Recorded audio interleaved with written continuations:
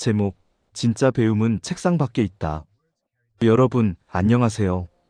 오늘은 조선 최고의 실학자 정약용 선생이 말씀하신 진짜 배움에 대해 이야기해 보려고 합니다. 우리는 흔히 배움이라고 하면 책을 읽고 학교에 다니고 시험을 보는 것만 생각합니다. 하지만 정약용 선생은 이렇게 말씀하셨습니다. 책만 읽고 실천하지 않으면 그것은 배움이 아니라 글자 장사다. 200년 전 선생이 우리에게 남긴 이 말씀, 지금 이 시대를 사는 우리에게 어떤 의미일까요? 함께 알아보겠습니다. 본론 1. 쓸모없는 공부의 함정. 정약용 선생이 살던 시대, 조선의 선비들은 하루 종일 사서삼경을 읽었습니다. 하지만 선생의 눈에 그들은 어떻게 보였을까요? 글은 많이 읽었으되 백성의 고통은 모른다. 이론은 화려하되 현실의 문제는 해결하지 못한다. 이것이 어찌 진정한 학문이겠는가? 선생은 당시 선비들의 학문을 공허한 말장난이라고 비판하셨습니다. 특히 성리학만 파고들어 현실과 동떨어진 논쟁만 하는 것을 안타까워하셨죠. 하늘의 이치를 논하기 전에 먼저 백성이 굶주리지 않게 하는 것이 급하다. 이 말씀이 오늘날 우리에게 주는 교훈은 무엇일까요? 우리도 비슷한 실수를 하고 있지는 않나요? 자격증은 많이 땄는데 실제로 일은 못하고, 이론은 많이 하는데 실전에서는 무용지물이고, 말은 그럴듯한데 정작 행동은 하지 않고. 정약용 선생이라면 이렇게 말씀하셨을 겁니다. 배움의 목적을 잊었구나. 배움은 아는 것이 아니라 쓰는 것이다. 본론 2. 실용의 학문, 실학. 그렇다면 정약용 선생이 말씀하신 진짜 배움이란 무엇일까요? 선생은 실학이라는 학문을 집대성하셨습니다. 실학, 즉 쓸모있는 학문입니다. 선생은 유배지에서도 멈추지 않고 500여 권의 책을 저술하셨는데요. 그 책들의 주제를 보면 선생의 생각을 알 수 있습니다. 농사짓는 법을 담은 농촌의 경제, 병을 고치는 법을 담은 의학백과, 나라를 다스리는 법을 담은 목민심서, 형벌을 바르게 하는 법을 담은 흠음신서. 모두 백성의 삶에 직접 도움이 되는 것들입니다. 특히 목민심서는 공직자가 되려는 사람이라면 반드시 읽어야 할 책이라고 하셨는데요. 그 안에는 이런 내용이 있습니다. 벼슬아치가 된다는 것은 백성을 위해 일할 기회를 얻은 것이다. 만약 백성을 괴롭히고 재물만 모은다면 그것은 도둑과 다름없다. 얼마나 명확한 말씀입니까? 선생에게 배움이란 나를 위한 것이 아니라 남을 위한 것이었습니다. 내가 배운 것으로 누군가의 문제를 해결할 수 있을 때, 그때에 비로소 진짜 배움이 된다는 것이죠. 이것이 바로 실학의 정신입니다. 본론 3. 현장에서 배워라. 그렇다면 이런 실용적인 배움은 어떻게 얻을 수 있을까요? 정약용 선생의 대답은 명확합니다. 현장으로 가라. 선생은 책만 읽는 것을 경계하셨습니다. 대신 직접 보고, 듣고, 경험하라고 하셨죠.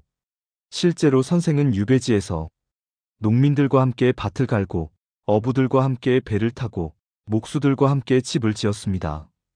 그러면서 그들의 지혜를 배우셨죠. 농사에 대해 알고 싶으면 농부에게 물어라. 고기잡이에 대해 알고 싶으면 어부에게 물어라. 집 짓기에 대해 알고 싶으면 목수에게 물어라. 얼마나 겸손한 태도입니까? 당대 최고의 학자가 배우지 못한 농부, 어부, 목수에게 기꺼이 배움을 청했습니다. 왜 그랬을까요? 그들이야말로 진짜 전문가이기 때문이다. 선생은 현장의 경험이 책의 지식보다 귀하다는 것을 아셨습니다. 특히 수원 화성을 설계하실 때 이 원칙을 철저히 지키셨습니다. 거중기라는 획기적인 기계를 만들 때도 현장의 기술자들과 함께 수없이 실험하고 개선하셨죠. 그 결과 10년 걸릴 일을 2년 만에 끝낼 수 있었습니다. 이것이 바로 이론과 실천이 만났을 때의 힘입니다. 본론 4. 배움을 행동으로 옮겨라. 정약용 선생은 이렇게 말씀하셨습니다. 배우기만 하고 실천하지 않으면 마치 밥을 먹고도 소화시키지 못하는 것과 같다. 정말 탁월한 비유입니다. 아무리 좋은 음식을 먹어도 소화가 안 되면 오히려 병이 되듯이, 아무리 많이 배워도 실천하지 않으면 독이 된다는 것이죠. 그렇다면 우리는 어떻게 해야 할까요? 선생은 세 가지를 강조하셨습니다. 첫째, 작은 것부터 시작하라. 큰 일을 하려다 아무것도 못하느니 작은 일이라도 당장 시작하라. 거창한 계획보다는 오늘 당장 할 수 있는 한 가지를 실천하는 것이 중요합니다. 둘째, 매일 조금씩 하라. 물방울이 바위를 뚫는다. 하루 한 가지씩만 실천해도 1년이면 365가지를 이룬다. 일주일에 한 번 크게 하는 것보다 매일 작게라도 꾸준히 하는 것이 훨씬 큰 힘을 발휘합니다. 셋째, 결과를 기록하라. 선생은 평생 일기를 쓰셨는데요. 단순히 무엇을 했다는 기록이 아니라 무엇을 배웠고 어떻게 실천했는지를 꼼꼼히 적으셨습니다. 기록하지 않으면 잊어버린다. 잊어버리면 없던 것과 같다. 우리도 배운 것을 어떻게 실천할지 구체적으로 기록해보면 어떨까요? 본론 5. 평생 배움의 자세. 정약용 선생은 환갑이 넘어서도 여전히 배우는 자세를 잃지 않으셨습니다. 어떤 사람이 물었습니다.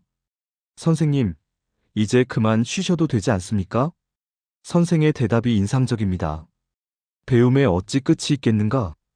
하루를 살아도 하루치를 배워야지. 선생은 죽기 며칠 전까지도 책을 읽고 글을 쓰셨다고 합니다. 이것이 진정한 선비의 자세입니다. 오늘날 우리는 어떤가요? 학교를 졸업하면 배움을 멈추고 직장에 들어가면 더 이상 공부하지 않고 나이 들면 배울 필요가 없다고 생각합니다. 하지만 선생은 이렇게 말씀하십니다. 배움을 멈추는 순간 성장도 멈춘다. 성장이 멈추는 순간 늙는 것이다. 나이가 들어도 배우는 사람은 젊고 젊어도 배우지 않는 사람은 늙었다는 뜻입니다. 그러니 오늘 하루도 무언가 새로운 것을 배우고 배운 것을 실천하는 우리가 되면 좋겠습니다. 마무리. 여러분, 오늘 정약용 선생의 가르침을 정리해 보겠습니다. 하나, 책만 읽지 말고 실천하라. 배움의 목적은 아는 것이 아니라 쓰는 것입니다. 둘, 현장으로 가서 배워라. 진짜 전문가는 책이 아니라 현장에 있습니다. 셋, 작은 것부터 매일 실천하라. 큰 계획보다 작은 행동이 더 큰 변화를 만듭니다. 넷, 평생 배우는 자세를 잃지 말라. 배움을 멈추는 순간 성장도 멈춥니다. 정약용 선생은 이렇게 말씀하셨습니다. 진정한 배움은 나를 변화시키고 세상을 이롭게 하는 것이다. 200년 전 유배지에서 선생이 우리에게 남긴 이 가르침, 오늘 하루 여러분의 삶 속에서 작은 실천으로 시작해 보시면 어떨까요? 긴 영상 시청해 주셔서 감사합니다. 구독과 좋아요, 알림 설정도 부탁드립니다. 여러분의 성장을 응원합니다.